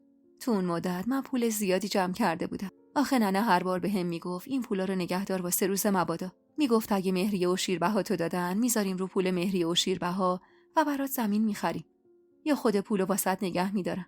زبیده خانومم دست و دل باز بود و عین ریگ پول خرج میکرد. تا اون موقع نزدیک 2000 تومان پول بهم داده بودن که خدایی پول خیلی زیادی بود. کمی دست کردم و گفتم 100 تومان بهت بدم خوبه؟ توران با غصه گفت نمیشه همشو بدی، بهت برمیگردونم. به خدا خودم خورد پس میدم. بیمش سر تکون دادم و گفتم باشه 1200 تومان اما بیشتر ندارم. 100 تومنشو واسه خودم نگه میدارم، باقی رو بهت میدم. لبخند به لب توران نشست و ازم تشکر کرد و گفت ببخش آبجی اگه حرفی زدم که. یه دفعه حرفشو قطع کرد و دستشو گذاشت رو دهنش. رنگش شده بود عین گچ دیوار. با وحشت نگاش کردم. کمی مکث کرد و بعد دستشو برداشت و چند تا نفس عمیق کشید و گفت به ننه چیزی نگی یا میدونی که از مجید خوشش نمیاد. اون وقت سرکوفتشو به من میزنه. منم مسموم شدم. برم یکم جوشونده بخورم خوب میشم. توران که رفت یهو عین برق گرفته ها. پا شدم و دنبالش رفتم. حال و روزش چرا شبیه به زنای آبستن بود. عین فروزان وقتی به قول ننه عین گربه تون آبستن میشد. وقتی دیدم گوشه عیاد نشسته و داره اوق میزنه دیگه مطمئن شدم که توران آبستنه. واسه همینم عجله داره واسه عروسی گرفتن و این بدترین اتفاقی بود که میتونست واسه یه دختر تو دوران عقدش بیفته. حامله شدن تو دوران عقد مساوی بود با گناه کبیره. اصلا یه جورایی تو فرهنگ ما اون بچه رو ناپاک میدونستن. ننه روزی 100 بار به توران میگفت یه وقت خامه این پسره نشی. میگفت پسره از اوناست که سر و گوشش خیلی میجنبه. گولشو نخوری و بذاری بهت دست بزنه. یهو دیدی کیف و حالشو کرد و یکی زد پشتت و گفت اصلا من این دختره رو نمیخوام. میگفت باید دختر سنگین و رنگین باشه تا شب هجله نذاره کسی گوشت تنشو ببینه. اما انگار توران بندو به آب داده بود و اگه عجله نمیکرد رسوای 2 عالم میشد. با فهمیدن راز توران دنیا رو سرم خراب شد. ننه بیچاره چه گناهی کرده بود که هر 2 تا دخترش اینطور بلایی سرشون اومده بود. البته که واسه من اصلا دست خودم نبود و چیزی بود که بهم تحمیل شده بود. اما توران و مطمئن بودم اینطور چیزی نیست. کلاً توران با من خیلی فرق داشت. سرکش و مغرور بود و خیلی به خودش مینازید. همیشه هم میگفت اون از من خیلی سرتر و خوشگل‌تره. آخرم همین حرفایی که میزد و این چیزایی که بهشون اعتقاد داشت کار دستش داده بود. ننه که برگشت خونه توران بیحال گوشه‌ای دراز کشیده بود. قبل از اومدنش اما پولو بهش داده بودم. اما خب به دروغ بهش گفته بودم فقط 1200 تومان پول دارم. چون میدونستم احتمال اینکه پولو بهم برگردونه خیلی کمه. از اون طرفم اگه کل پولمو بهش میدادم ننه بهم شک میکرد و میگفت پولاتو چیکار کردی؟ ننه که حال روز تورانو دید اخ میکرد و گفت چرا این جنازه افتادی این وسط؟ این وقت روز وقت خوابیدن دختر. توران اخ میکرد. چی کار من داری ننه؟ حالم خوش نیست. گمونم مسموم شدم. ننه چشماشو ریز کرد. توران یه هفته است بیحالی. هی میگم چته، یه روز میگی دورم شروع شده، یه روز میگی مسموم شدم. اصلا تو چی سوای از ما خوردی که مسمومت کرده اما ما رو مسموم نکرده؟ یه روزم که میگی سرم درد میکنه. وایسا ببینم. تو اگه دورت شروع شده پارچه هات کو؟ چرا ندیدم چیزی بشوری؟ با دلهره نگاهی به توران انداختم. توران با صدای خفه‌ای گفت دست از سرم بردار ننه.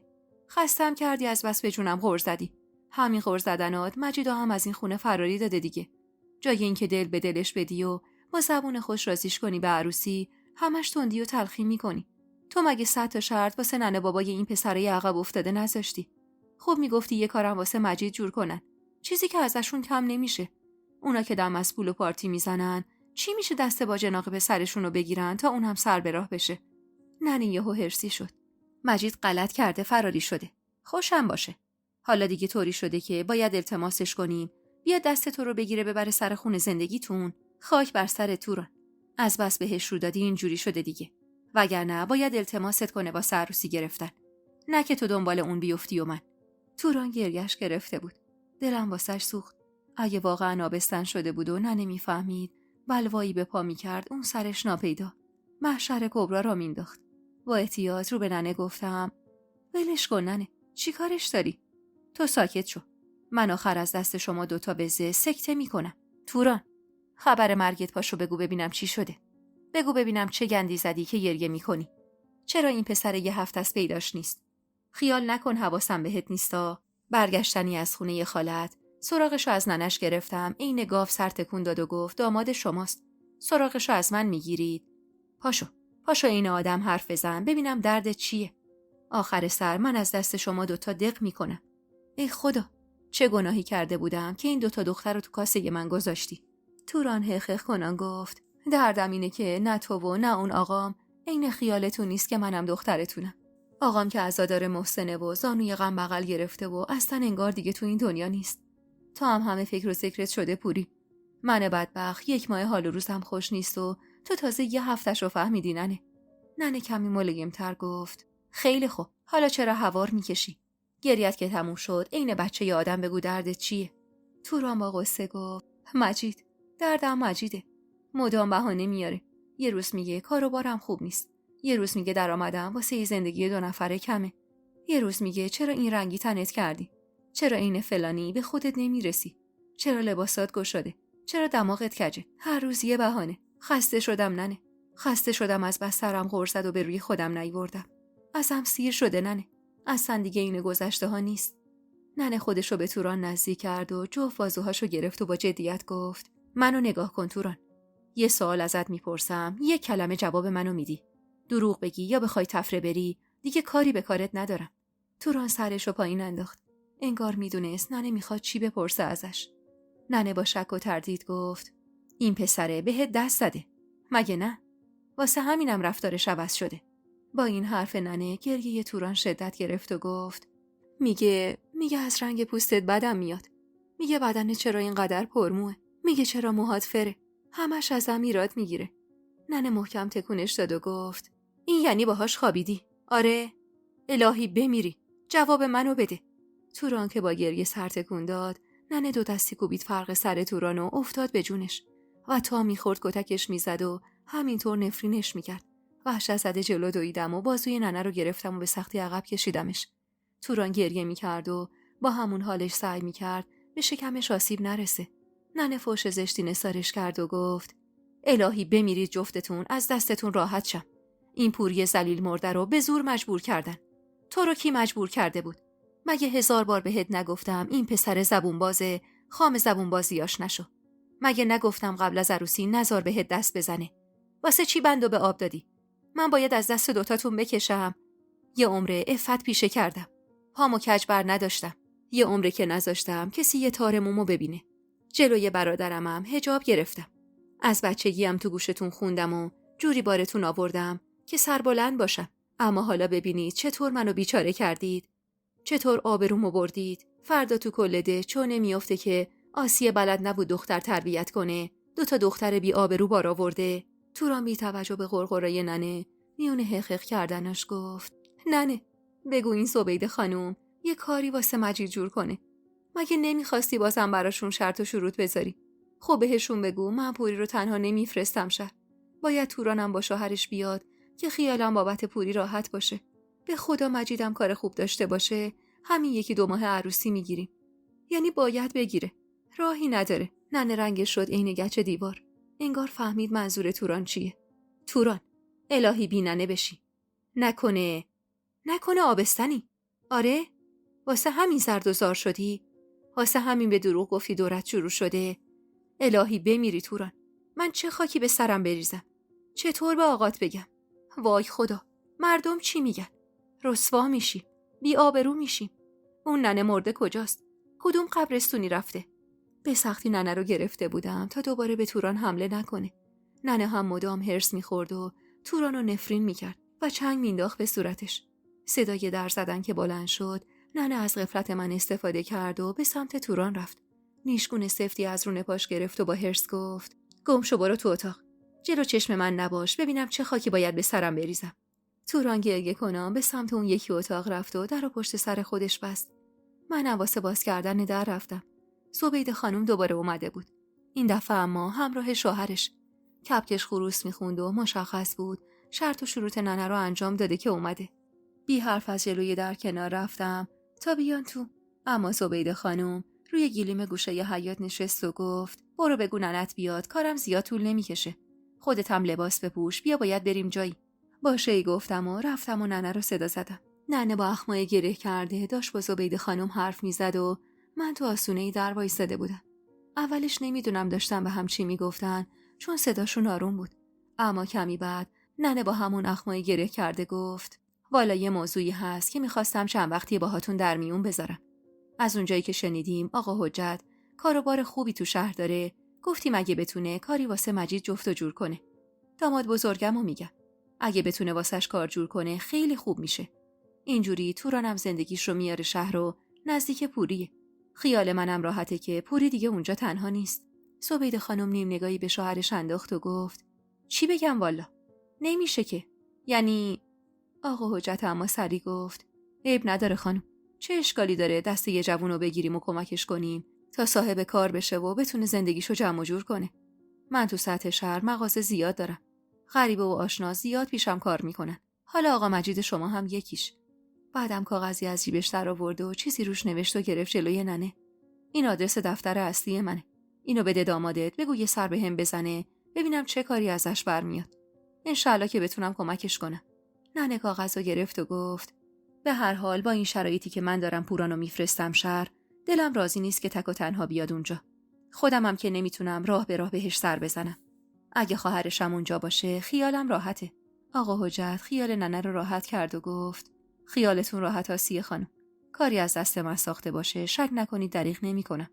فقط بهش بگید حتما اول همین هفته جدید به من سر بزنه.